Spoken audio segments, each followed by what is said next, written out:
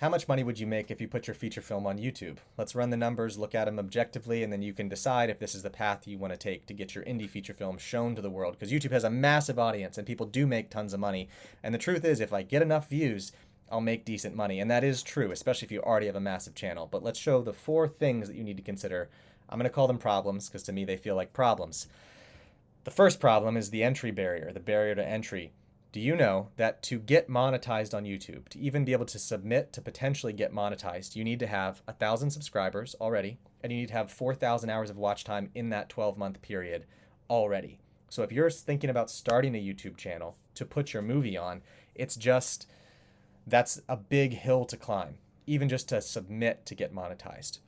But let's say you already have that figured out. The next problem is the reality of how revenue is generated. Now, YouTube uses something called RPM, which just means the amount of dollars they pay you per 1,000 views. So if you qualify, for filmmakers, a likely RPM, a conservative estimate, is $1 to $5 per 1,000 views. If you're in other industries, if you're in tech or finance, they might be paying $30 to $50 per 1,000 views. But in our case, if we say the conservative estimate, what filmmakers usually get, that's $100 to $500 per 100,000 views. So you do the math on that. It doesn't pay for a lot.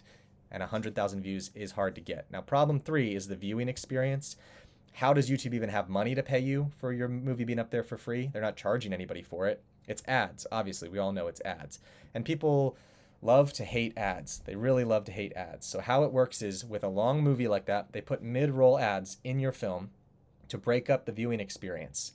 And that's fine, right? Except that ads frustrate people, and YouTube does not pay you per people who click to watch your video.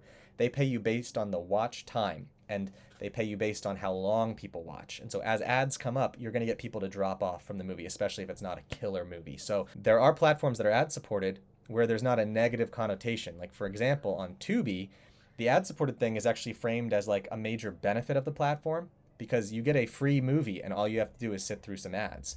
Whereas on YouTube, it's still framed in people's minds as a negative kind of annoying thing when some guy tries to sell you a course when you're trying to watch a movie. Problem 4 is the algorithm decides, and the algorithm does not like videos or films that people don't watch the whole way through.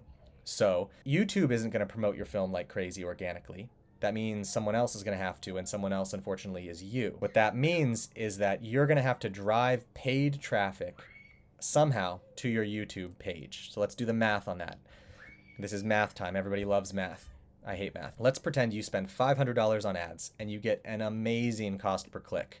5 cents per click. That's great. Like you're crushing it. So that's 8,000 clicks. 8,000 people, we're going to be generous here, go to see